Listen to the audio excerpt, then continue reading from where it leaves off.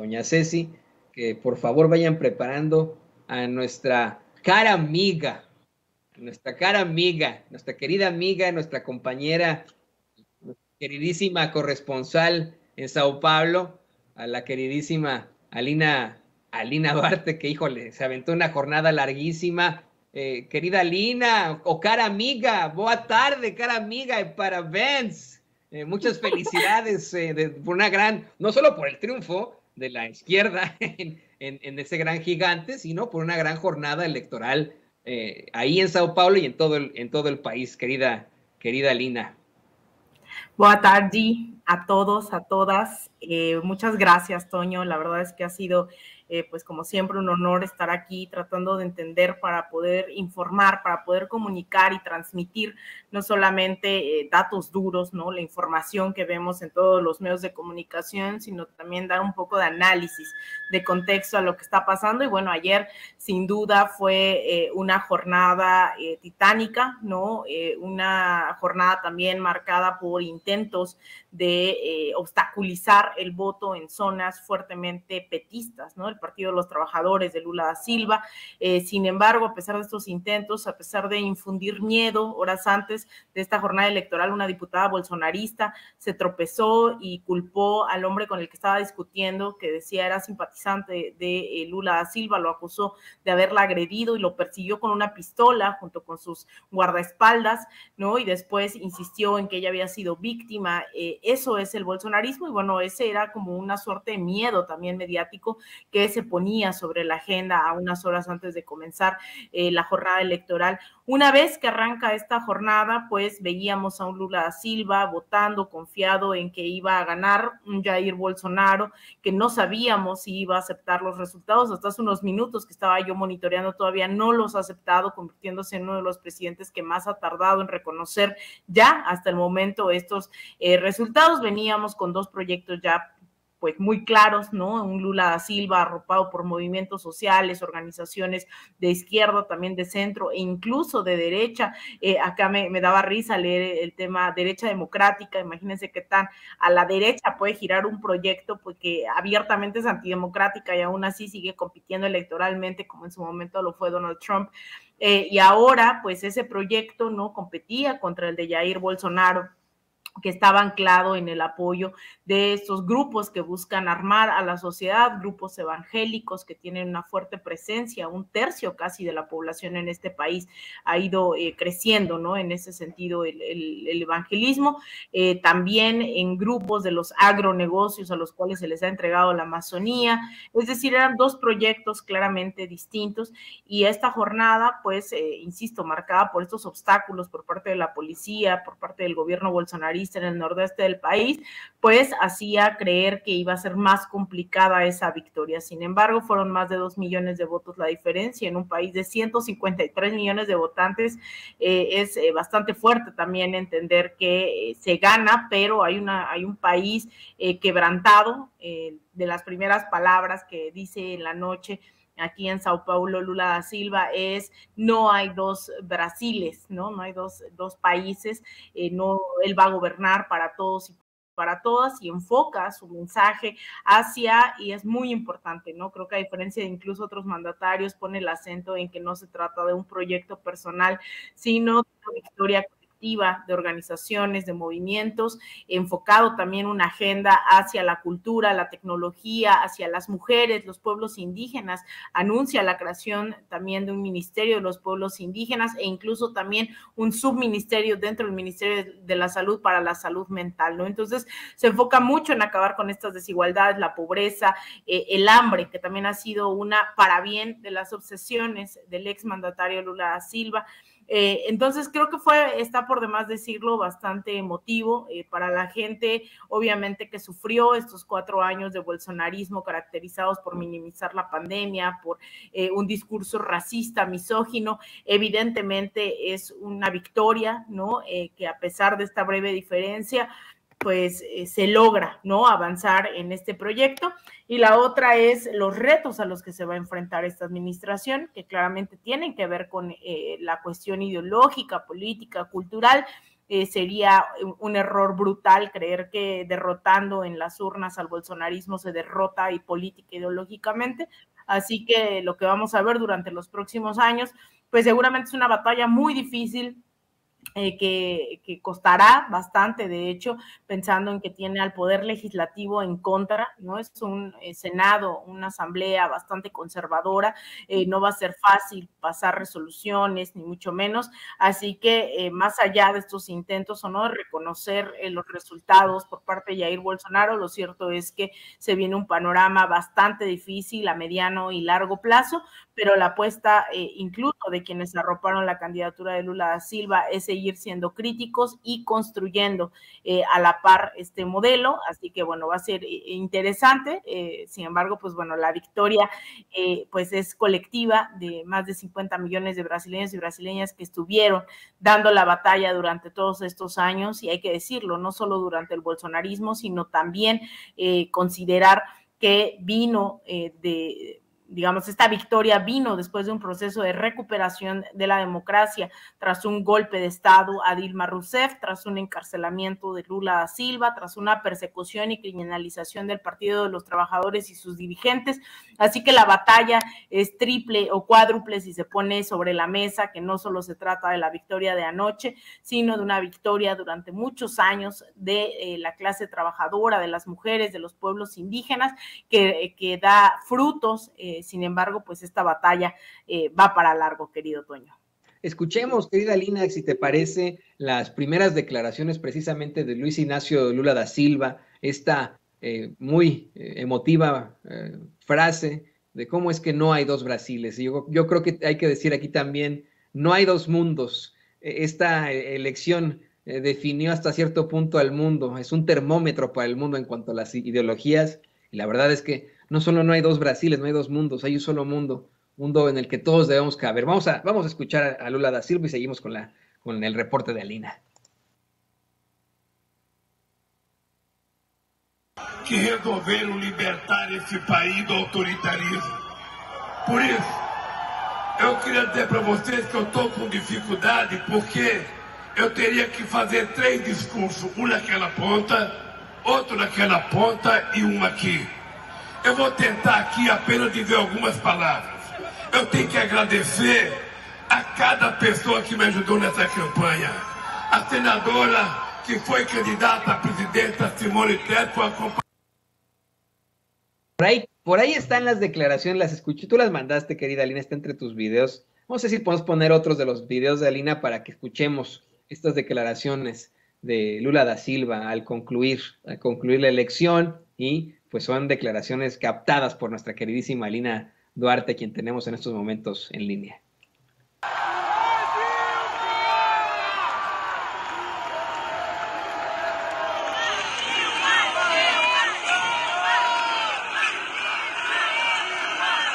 Quero agradecer ao meu querido companheiro Alckmin pela ajuda que me deu e pela ajuda que vai me dar para resolver os problemas desse país. Eu volto a dizer para vocês, eu fui eleito para governar para 215 milhões de brasileiros. Eu vou governar para todos, sem distinção, sem olhar se é rico ou se é pobre, sem olhar se é de esquerda ou de direita, mas as pessoas têm que saber, embora eu vá governar para todos, são os mais necessitados que irão receber a política mais influente do meu governo. Nós temos que recuperar a educação das nossas crianças, porque as famílias mais pobres perderam 2 anos com a pandemia e nós precisamos fazer um mutirão para tentar reeducar essas crianças para eles poderem chegar no nível que deveria estar. Pues interesantísimo, querida Daniel, y le voy a pedir a don David que nos grabe porque ya lo mencionabas tú, hay una serie de situaciones que siguen. Tiene todavía el fascista de Jair Bolsonaro que reconocer la elección y tiene que reconocerla en un país dividido. Esta labor que le tocará a Lula da Silva es difícil, va a gobernar un país dividido. Estamos hablando de aproximadamente 1.8 en cuanto a las preferencias, en cuanto a la diferencia entre uno y otro candidato, y definitivamente tiene que haber el reconocimiento del presidente en turno, que es Jair Bolsonaro, para evitar algún tipo de problemáticas. Estábamos viendo en el resumen de elecciones que, como bien mencionabas, hubo una serie pues, de situaciones terribles en las que Bolsonaro utilizó el aparato gubernamental con tal de precisamente bloquear a Lula da Silva. Ahora, pues, podemos ya hablar abiertamente de cómo es que estos simpatizantes de Bolsonaro bloquearon una serie de vías de comunicación, carreteras en varios estados brasileños. Y pues bueno, ¿cuál es tu visión sobre lo que está ocurriendo allá en Brasil, sobre precisamente el reconocimiento de la derrota, si es que llega por parte de Bolsonaro? ¿Qué es lo que nos puedes decir, Alina? Pues mira, en realidad ahorita Jair Bolsonaro se ha mantenido al margen. Es cierto que ha venido cuestionando durante todas estas semanas, durante meses, el hecho de que el Tribunal Supremo Electoral, y lo decía públicamente, ¿no?, que tenían preferencia por Lula da Silva y por el Partido de los Trabajadores. Decía eso, no es un secreto, ¿no? O sea, se atrevía a hacer esas declaraciones sin presentar prueba alguna. Se la ha pasado deslegitimando todo el proceso electoral, se la ha pasado diciendo que va a haber un fraude a pesar de que no han mostrado pruebas, y ese es el gran meollo del asunto, ¿no? Ha logrado sembrar la duda de si es un proceso legítimo sin una sola prueba alguna. Y el problema no es solo Jair Bolsonaro, ¿no? Aquí el tema es que hay una sociedad profundamente conservadora que votó y respaldó un proyecto. No estamos hablando de que fueron 10, 15 personas, estamos hablando de que son de más de 50 millones de personas que creen que el bolsonarismo es la respuesta a algo, ¿no? Todavía me cuesta trabajo asimilar bien este discurso, porque es muy fuerte creer que alguien como Bolsonaro, que ha llevado a 33 millones de brasileños y brasileñas a la pobreza, más bien a la pobreza alimentaria, creen en él, a pesar de que sales a las calles. De verdad, esta ciudad me ha dejado en shock. Sao Paulo es una ciudad sumamente desigual, llena de pobres, llena de gente que habita en las calles, producto de la desigualdad, y que es imposible no creer que quien produjo esta situación, de verdad, y no es que sea exclusivo de Sao Paulo, lo vemos, tú bien sabes, Toño, que esto es una situación producto de este sistema, ¿no? La desigualdad y la pobreza la vemos en Estados Unidos, en Filadelfia, la vemos en Nueva York. Esta desigualdad no puede continuar, ¿no? Este sistema económico, político, llamado capitalismo, no puede continuar. Y la gente cree que la opción sigue siendo Bolsonaro, aun cuando de verdad esta ciudad hay casas de campaña por todos lados. No es como que sea un barrio, ¿no? En realidad todas las ciudades están en esta situación, y ahora sus seguidores, obviamente, en esta indignación y producto de este discurso, como Donald Trump, tal cual en las elecciones, que se negaba a reconocer y metía dudas, pues las bases bolsonaristas hoy también están saliendo a hacer bloqueos, ¿no?, que son en menor cantidad en este país. Bien lo decía en el video que escuchábamos Lula da Silva, gobernar para más de 250 millones de brasileños es el objetivo, y estos disturbios no llegan a esas magnitudes. La ciudad pues se mira bastante tranquila esta mañana. No hay registros mayores de incertidumbre. Lo cierto es que, bueno, los golpes de Estado, no es por ser alarmista, pero comienzan con pequeñas protestas.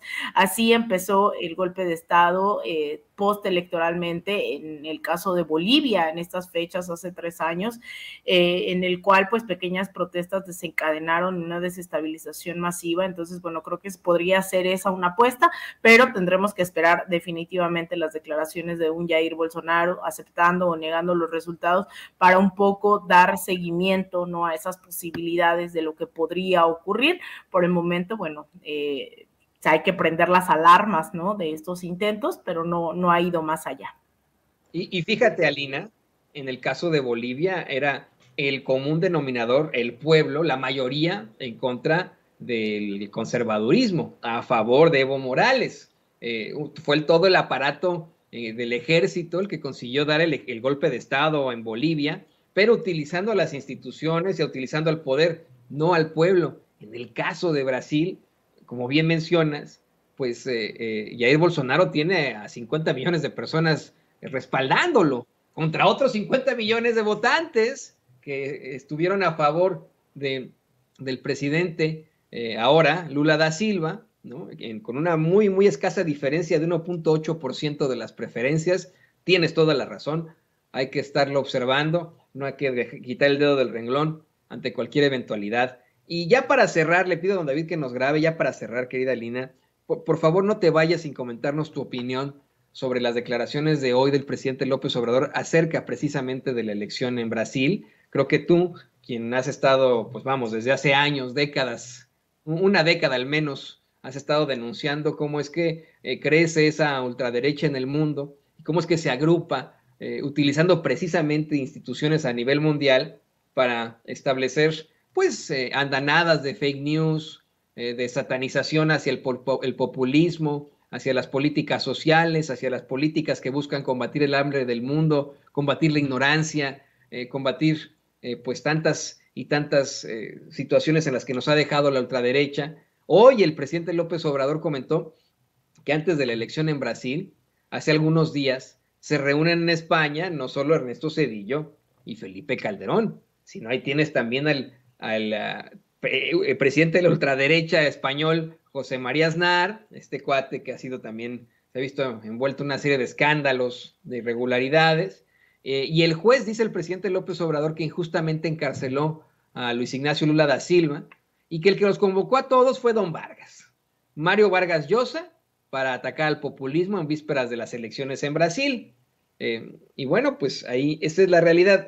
Puede ser que no les esté funcionando, ¿no? Puede ser que Vargas Llosa esté muy salado, don Vargas esté muy salado, pero de que seguirán intentándolo, y creo que vale la pena que nos comentes qué opinas sobre esto, ahora que estamos hablando de un país que está dividido en estos momentos, mitad y mitad, con los que buscan y están a favor increíblemente de la ultraderecha y los que quieren progreso. Pues mira, Toño, yo creo que estas declaraciones del presidente López Obrador esta mañana son muy puntuales, especialmente porque este foro que se da para hablar de la libertad y la democracia, entre comillas, en Madrid hace 10 días, con más de 10 días, 11 días, tenía como finalidad justamente apuntalar, ¿no?, esa narrativa, varias narrativas, ¿no? En una de esas se les ocurrió llamarle la década, que se acercaba a una década perdida, contrario a lo que la izquierda denominamos la década ganada con los gobiernos progresistas, la primera oleada de los gobiernos progresistas. Y después buscaron nuevamente satanizar el tema del populismo, ¿no?, y demás, y obviamente hablaban de la democracia en México. Sin embargo, también había un pronunciamiento claro en torno al tema de Brasil. Hoy el presidente López Obrador lo que dice es: se encuentra bastante feliz porque al final pregunta tal cual de qué ayudó, ¿no?, este encuentro. Dice: de nada, porque al final ganó Lula da Silva.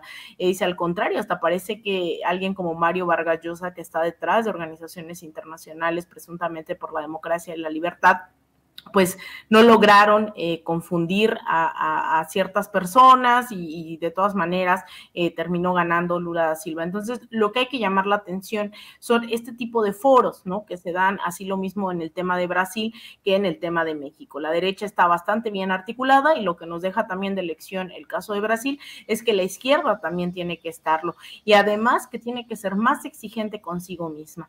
Estamos en un país, ¿no?, en Brasil es un país que ya gobernó la izquierda y que no logró dejar un legado fuerte, una estructura sólida, y permitió que no solamente se diera un golpe de Estado. Cuando se dio el golpe a Dilma Rousseff, la gente no salió a las calles porque ya no las habían abandonado, ¿no? Y por eso para mí siempre es muy preocupante que se abandonen las calles en México. Una vez que se gana la cuarta transformación, las calles quedan abandonadas, mucha gente se cruza de brazos porque el presidente está diciendo qué hacer, ¿no? Cuando en realidad lo que demuestra América Latina, y específicamente el caso de Brasil, es que aún cuando a la gente se le saca de condiciones de hambre, de precarización, de pobreza, apenas llegan a ser clase media, pues votan por la derecha, ¿no? Buscando ya sentirse como parte de las burguesías o incluso no defienden sus procesos en las calles y vienen los golpes de Estado. Y eso no lo pagan los dirigentes, lo paga el pueblo, en este caso el brasileño, que tardó muchísimos años en recuperarse de estos golpes de Estado, y que ahora pues la pregunta es cómo evitamos que la derecha siga creciendo. Yo sé que hay mucha gente que es muy violenta dentro de la derecha, que viene, insulta, agrede, pero creo que si algo me hace repensar este proceso es también que aún con esa gente tenemos que dialogar más y más y más, porque en un futuro esto se puede confundir, ¿no? Se puede llegar a un grado tal que se obstaculice el diálogo y terminen votando por grupos como Jair Bolsonaro. Entonces creo que eso nos tiene que llevar a pensar a cómo dialogamos con esta gente que no es el enemigo. El enemigo viene de otros lados, el enemigo no es el que se cree fifí, el que se cree conservador, el que se cree burgués, el que se cree Salinas Pliego. Ese no es el enemigo es Salinas Pliego, el enemigo es este sistema político económico, el enemigo incluso está dentro también de muchos de los puestos de la Cuarta Transformación. Entonces creo que hay que madurar más en este debate, fortalecer los procesos que se asumen como izquierda, y también creo fortalecer las alianzas con movimientos sociales, ¿no? Con grupos que a veces se van alejando porque no ven que sus demandas se vayan materializando, pero hay que volver a retomar estos lazos. Y en México, bueno, ese es el tema, ¿no? Con las madres buscadoras de sus desaparecidos, las víctimas de los feminicidios, el movimiento feminista, hay que seguir interlocutando, hay que seguir dialogando, porque a la larga solo eso va a hacer mantener los procesos y no solamente la votación, ¿no? La votación, la gente puede ir cada 4 años, cada 6 años a votar, pero si no hay una solidificación de esta conciencia de clase, de este avance en lo que todavía hace falta por construir, pues todo puede venirse abajo. Eso es lo más triste de todo, que la mayoría de esos la mayoría, esa sí es la realidad, la mayoría de esa minoría que está en contra del progreso en México, que está en contra de las políticas sociales, que está en contra de la tolerancia, la mayoría de ellos, pues vamos, no saben que se sigue luchando por ellos mismos y que sus ideas simple y sencillamente benefician a la minoría de esa minoría, a los que sí tienen todo el dinero, a los que sí tienen todo el poder, a los que sí son fifís, ¿no?